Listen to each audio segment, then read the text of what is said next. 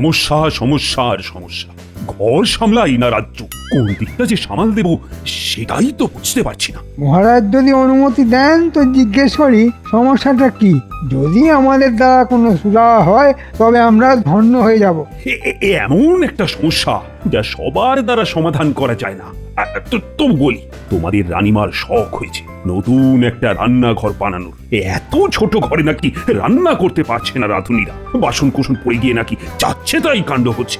আর এগুলো নাকি অলক্ষণ, এর প্রভাব নাকি এই রাজ্যে পড়তে পারে। তাই রানীর একটা বড় রান্নাঘর লাগবে, যেখানে নাকি গায়ে গায়ে লেগে বাসন কোসন পড়ে যাবে না। এই সমস্যার তো একটাই সমাধান, নতুন রান্নাঘর বানানো। আমি একটা কথা কিছুতেই বুঝতে পারছি না, ওই রাজবাড়ির রান্নাঘর বানানোর জন্য এত উৎসাহ মন্ত্রীর কোথা থেকে উদয় হলো?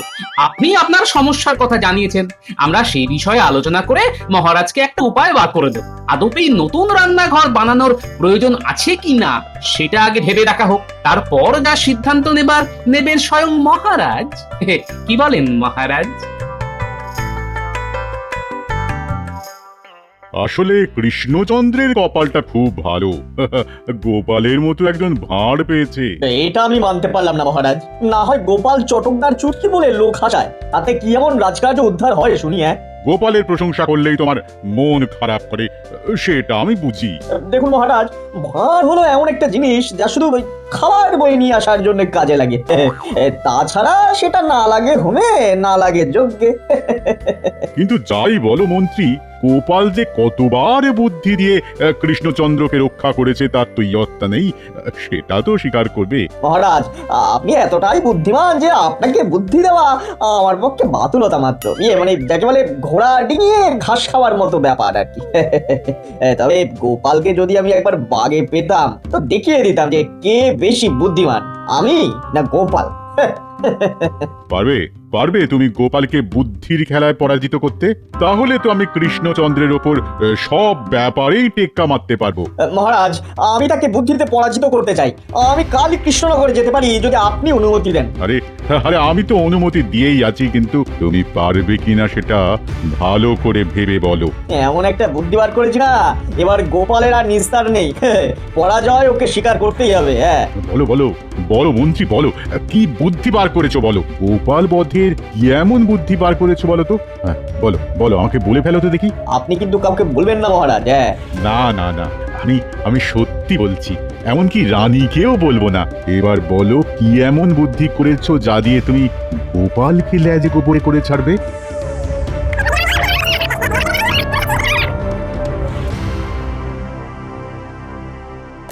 তোমার দুঃসাহস থেকে আমি স্তম্ভিত হয়ে যাচ্ছি গোপাল। রানীমা যেখানে একটা নতুন রান্নাঘর চাইছেন, মহারাজ রাজিও হয়েছেন, সেখানে উনি এলেন বলতে রান্নাঘরের কোনো প্রয়োজন নেই। কি সাহস, হ্যাঁ, কি স্পর্ধা!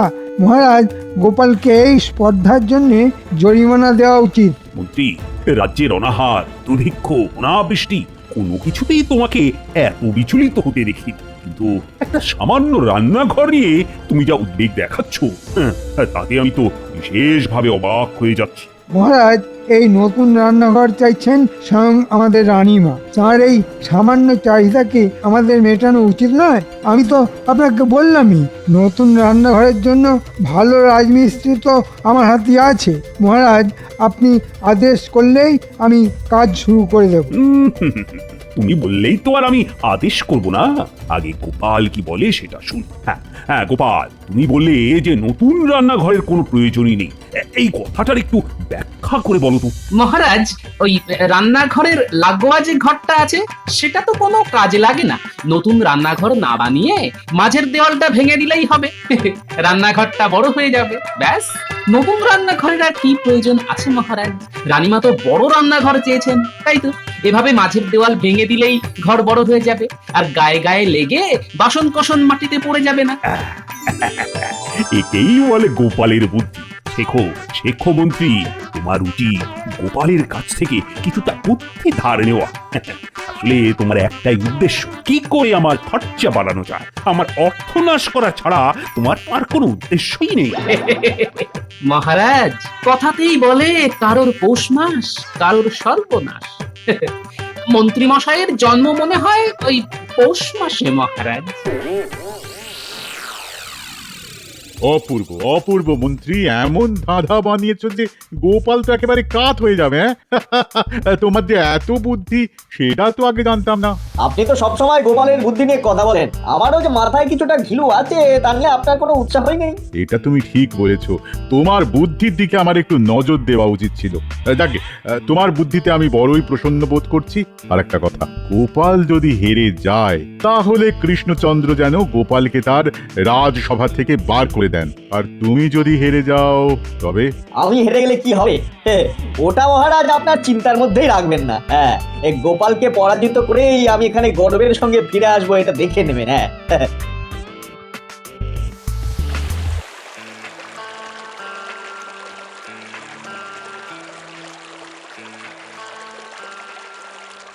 মহারাজ, গোপাল কিন্তু এবার মাত্রা ছাড়িয়ে যাচ্ছে। আমার জন্ম মাস জেনে ওর কি লাভ? আর আমি ওকে বলতেই বা যাবো কেন? মন্ত্রী মশাই, আমি একবারও জিজ্ঞেস করেছি আপনার কোন মাসে জন্ম। আমি একটা প্রবাদ বললাম, আর সেটা বলেই মনে হলো আপনার জন্ম পৌষ মাসে। আরে বাবা, 12 মাসের কোনো না কোনো একটা মাসে তো তোমার জন্ম মন্ত্রী। তোমার জন্ম যদি পৌষ মাসে হয় তাতে ক্ষতিটা কি? পৌষ মাসে জন্ম খুব ভাগ্যের মহারাজ, তাই তো বলা হয়েছে প্রবাদে, যার যত সর্বনাশী হোক না কেন মন্ত্রী মশাইয়ের সব সময় পৌষ মাস। এটা কি কম ভাগ্যের ব্যাপার মহারাজ? এই জন্ম মাস নিয়ে কথাবার্তা এবার বন্ধ হোক। গোপাল, নতুন রান্নাঘর না বানানোর কথা বলি তুমি যে আমার কত খরচা বাঁচিয়ে দিয়েছো, তার জন্য আমি তোমাকে একটা পুরস্কার দিতে চাই। এই নাও একটা হীরের আংটি। আচ্ছা মহারাজ, একটা আংটি কি জোড় না বিজোড়? এটাও তুমি জানো না? আরে এক মানে বিজোড়। তাহলে এখন থাক, পরে নেব। গিন্নি বলেছে বেজোড় জিনিস কিছু না আনতে, তাই এটা আপনার কাছেই থাকুক না। আরেকটি আংটি পেলে একসঙ্গেই না হয় নেব মহারাজ। আরে বাবা, আমার কি আংটি কম পড়েছে? না না না, আরেকটা আংটি নাও। তুমি আমার যে খরচা বাঁচিয়েছো তাতে তোমার দুটো আংটি পাওয়া উচিত। এখন মনে হচ্ছে আমারই জন্ম পৌষ মাসে, আর কার সর্বনাশ হলো সেটা নিশ্চয়ই আপনি বুঝতে পেরেছেন মহারাজ। তুমি পারো বটে। গোপাল, আজ তোমার পৌষ মাস, আমি দেখাচ্ছি। নতুন রান্নাঘর করলে আমার হাতে কত মোহর আসতো, সেটা বন্ধ করে আবার মহারাজের কাছ থেকে দুটো হীরের আংটি আদায় করে নিলে। দিন একদিন আমারও আসবে গোপাল, যখন তোমার সর্বনাশ আর আমার পৌষ মাস হবে। তোমাকে আমি দেখে নেব গোপাল, আজ না হোক পরশু।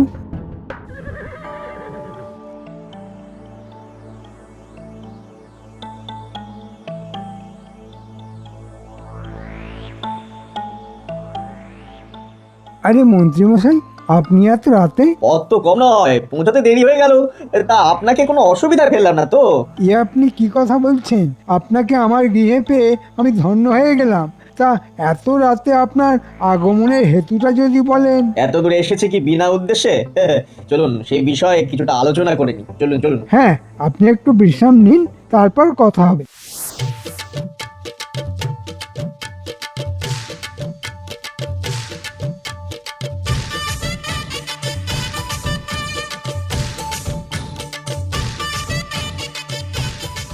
গিন্নি, গিন্নি এসে দেখে যাও কি এনেছি। নিশ্চয় নিশ্চয় সে 13টা কুল। এতবার করে বলে দিলাম বেজোড় সংখ্যায় কিছু না আনতে, আবার সেই একই ভুল করলে তো। তুমি যখন বলেছো তখন কি আর ভুল করতে পারি? যা এনেছি তা দুটো এনেছি, একটা তোমার একটা আমার। কাছে এসো দেখাই। আর আদিক্ষেতা করতে হবে না, দূর থেকেই দেখাও। এই দেখো, দুটো হীরের আংটি। মহারাজ একটা দিয়েছিলেন, আমি বললাম মহারাজ আমার গিন্নি বলে দিয়েছে কখনোই বেজোড় সংখ্যায় কিছু বাড়িতে এনো না। সেই কথা শুনে মহারাজ খুশি হয়ে আরো একটা আংটি দিয়ে দিলেন। ভালো হলো না গিন্নি? দুটো হীরের আংটি মহারাজ তোমায় দিয়ে দিলেন? কেন বলো তো? আমি মহারাজকে এমন একটা বুদ্ধি দিলাম যাতে মহারাজের অনেক খরচা বেঁচে গেল। তাই উনি খুশি হয়ে আংটি দিলেন, ব্যাস। মহারাজ তোমার মধ্যে যে কি খুঁজে পেয়েছেন তা আজও বুঝতে পারলাম না। বাড়িতে তোমার বুদ্ধিগুলো কি হাওয়ায় উবে যায়? হ্যাঁ, আজ পর্যন্ত তো একটা বুদ্ধিও কাজে লাগলো না। হ্যাঁ? এই শোনো, হীরের আংটি পেয়েছো, এবার তোমার মুখটা একটু বন্ধ করবে? হ্যাঁ, কাল ভোলা শাখাকে দেখিয়ে নেব। তোমার কথা আমি বিশ্বাস করি না। হ্যাঁ, হিরে আসল না নকল তা না জানা পর্যন্ত কিন্তু আমি নিশ্চিন্ত হতে পারছি না। হ্যাঁ, এবার বলুন আপনার আসার কারণটা কি? আগে হ্যাঁ এবার বলি, আসলে আপনারও আমার শত্রু একজনই। আপনি কি গোপালের কথা বলছেন? আগে হ্যাঁ, আমাদের উভয়ের জীবনই একেবারে অতিষ্ঠ করে তুলেছে এই গোপাল। আপনার কতটুকু মন্ত্রীমশাই? ওকে নিয়ে দুবেলা আমাকে ঘর করতে হয়, সে যে কি জ্বালা তা নিশ্চয়ই আপনি বুঝতে পারছেন। কালকেও প্রকাশ্য সভায় আমাকে এমন অপমান করলো যে চোখ দিয়ে জল বেরিয়ে এসেছিল প্রায়। হ্যাঁ তা বুঝি আমি, আমাদের মহারাজও প্রতিদিন উঠতে বসতে আমায় কথা শুনিয়ে যাচ্ছে গোপালের বুদ্ধির কথা। কত আর সহ্য করা যায় বলুন তো? তা আপনি কি এখানে এসেছেন গোপালের মানহানি করতে? তাছাড়া আর কি কারণ থাকতে পারে? আশা করি আপনার সাহায্য আমি পাবো। নিশ্চয়ই পাবেন। তা আমায় কি করতে হবে? তেমন কোনো কঠিন কাজ নয়। আসলে আমি গোপালকে বুদ্ধির লড়াইয়ে পরাজিত করতে এসেছি। সেই কথাটা ওই আপনাদের মহারাজের কাছে পৌঁছে দিতে হবে। আর এই 13টি হীরের আংটি আপনার কাছে আমি গচ্ছিত রাখতে চাই। গোপাল যদি আমার আহ্বানে সাড়া দেয় তাহলে এগুলো রাজসভায় নিয়ে যেতে হবে, বুঝলেন? এগুলি আসল হিরে? এ দিয়ে আপনি কি করবেন? আসল মানে স্বয়ং আমাদের মহারাজ তার কোষাগার খুলে এই আংটি আমায় দিয়েছেন। আসল তো বটেই, 100 ভাগ খাঁটি, বুঝলেন? কিন্তু 13টি কেন? নিশ্চয়ই কোনো ধাঁধা লুকিয়ে আছে এর মধ্যে, তাই না? ঠিক ধরেছেন, গোপাল বধের রহস্য লুকিয়ে আছে এই 13 সংখ্যার মধ্যে, কিন্তু সেটা আমি আপনাকে এখন বলতে পারছি না। গোপাল বধ হলে বলে দেবো আপনাকে। হ্যাঁ আপনি নিশ্চিন্তে ঘুমিয়ে পড়ুন। কাল রাজসভায় গিয়ে মহারাজকে আমি আপনার আগমনের সংবাদ জানিয়ে দেব। ঠিক আছে ঠিক আছে, আপনি আমার খুব উপকার করলেন। গোপালকে অপমান করার জন্য যতদূর যাওয়ার আমি যাব। আমার সমর্থন আপনি সব সময় পাবেন। এই মন্ত্রীর হিরেগুলি একেবারে খাঁটি। বেটা এখন ঘুমোচ্ছে, এটাই সুযোগ। যা ঘুমোচ্ছে কামান দাগলেও ভাঙবে না। আসল হিরেগুলি চুরি করে নি।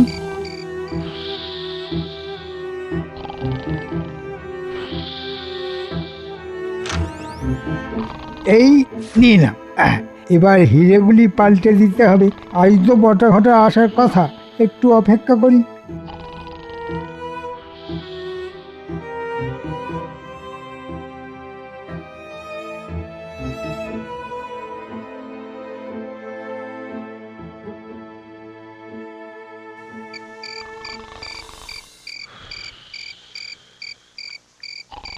মন্ত্রীমশাই, আমরা বটা ঘটা। আস্তে ডাক, এ কথা বলবি, ঘরে অতিথি আছে।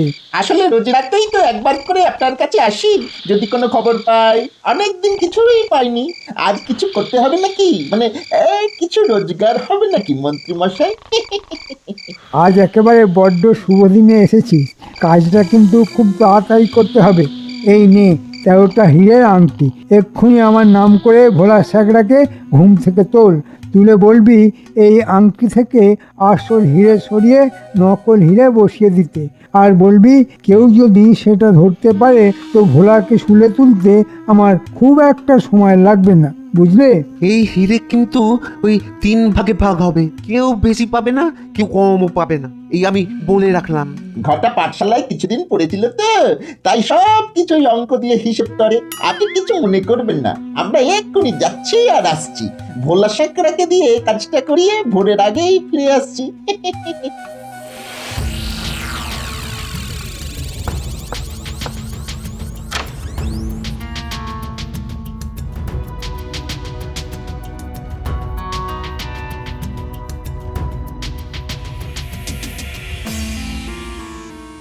এই নিন আসল হিরে, আর এই নকল হীরের আংটি। এবার আমাদের ভাগটা দিয়ে দিন। সমান ভাগ চাই কিন্তু। 13টা হিরে 3 ভাগে ভাগ করলে এক একজনের ভাগে আসবে 4টে করে হীরের আংটি, বাকি থেকে গেল একটা। সেটাকে পাবে। কেন? মন্ত্রী মশাই তো নিজের মুখেই বলেছেন হীরের সমান ভাগ হবে। এবার একটা বাড়তি হিরে কি করে 3 ভাগ করবি? আরে মন্ত্রীমশাই নিজে থেকে একটা দিয়ে দেবেন, তাহলে এক একজনের হাতে থাকবে 5টা করে হিরে। কি মন্ত্রীমশাই, আপনি একটা দিয়ে দিলেই তো 15টা হয়ে যাবে, তাই না? সত্যি অঙ্কে তোর মাথাটা খুব ভালো ছিল রে। কেন যে চুরি চামারির কাজে হাত পাকালি কে জানে।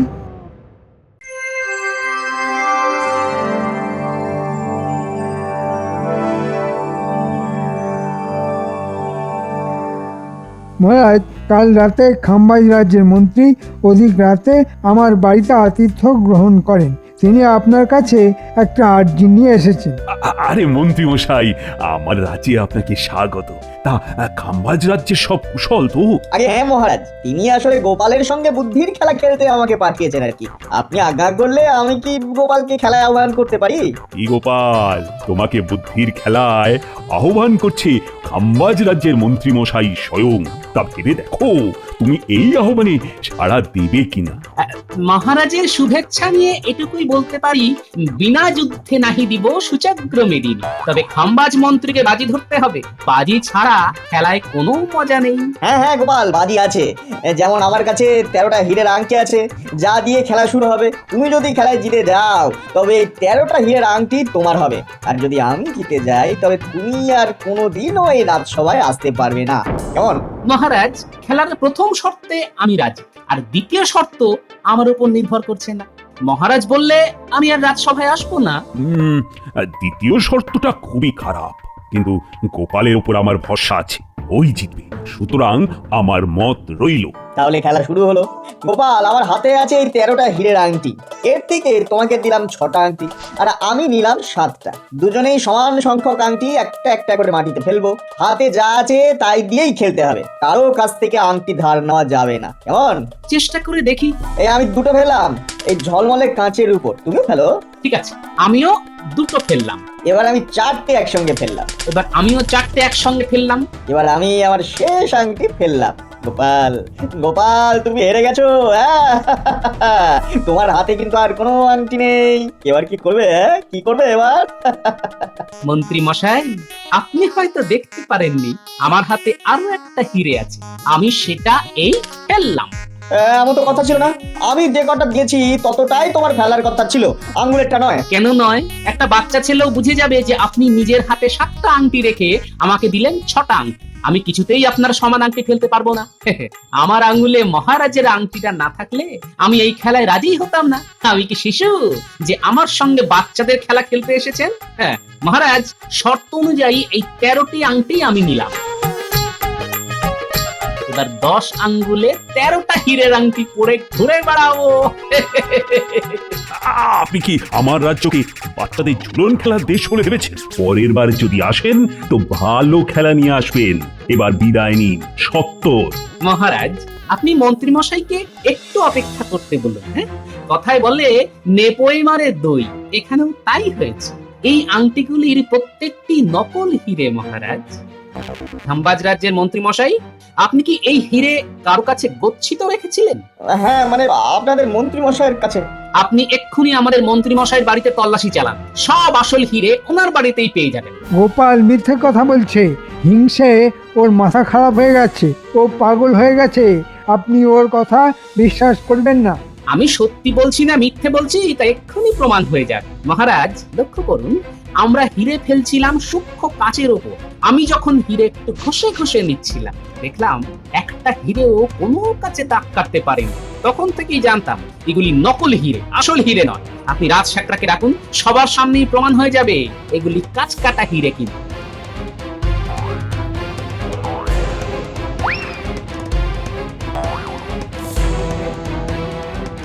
ওহে রাজ শেখরা, এই হিরেগুলি দেখে বলো তো এগুলো আসল না নকল? মহারাজ, এই যে সামনে একটা কাচের আধার দেখা যাচ্ছে, আমি সেটা হিরে দিয়ে কাটতে পারি। যদি কাটতে পারি তবে এগুলো আসল, আর না পারলে হিরেগুলি নকল। হ্যাঁ হ্যাঁ, নিশ্চয়ই পারো।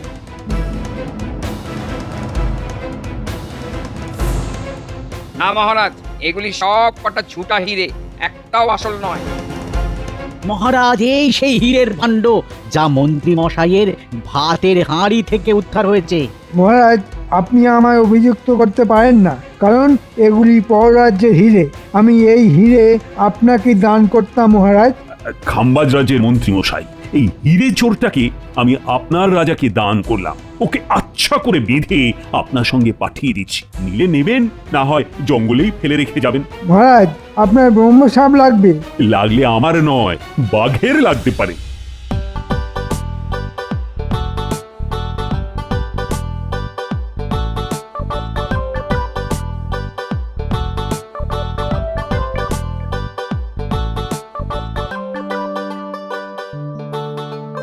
গিন্নি, দেখো কি এনেছি। এ, তোমরা দিক খেতে দেখার সময় আমার নেই। হ্যাঁ, আরে কি এনেছি সেটা তো আগে দেখবে। বলি দেখার কি আছে শুনি, সেই তো বলবে। গিন্নি, তার ওটা খুলে এনেছি, তাই তো? হ্যাঁ, হ্যাঁ, 13টাই বটে, তবে বেজোর সংখ্যা সব সময় অলক্ষণে নয়। দেখেই যাও না। সেই 13 গেরোয় পড়ে রইলে। হায় রে আমার কপাল, এত করে বলে দিলাম, এত করে বলে দিলাম, তা কে কার কথা শোনে? হ্যাঁ? বুদ্ধি থাকলে তবে তো মনে রাখবে। দেখি কি এনেছো। ওমাগো, এই 13টা হীরের আংটি। হ্যাঁ, তুমি আবার চুরি জামারির রাস্তা ধরনি তো? হ্যাঁ, বলি কে দিল গো? হ্যাঁ, আমার বুদ্ধির জোরে রীতিমতো রোজগার করে এনেছি, বুঝেছ? এই বাজে কথা একেবারে বলো না। হ্যাঁ, তোমার বুদ্ধি দৌড় আর কেউ না জানুক, আমি জানি একেবারে হরে হরে। হ্যাঁ, হাড়ে হাড়ে নয়, হিরে হিরে গিন্নি, হিরে হিরে।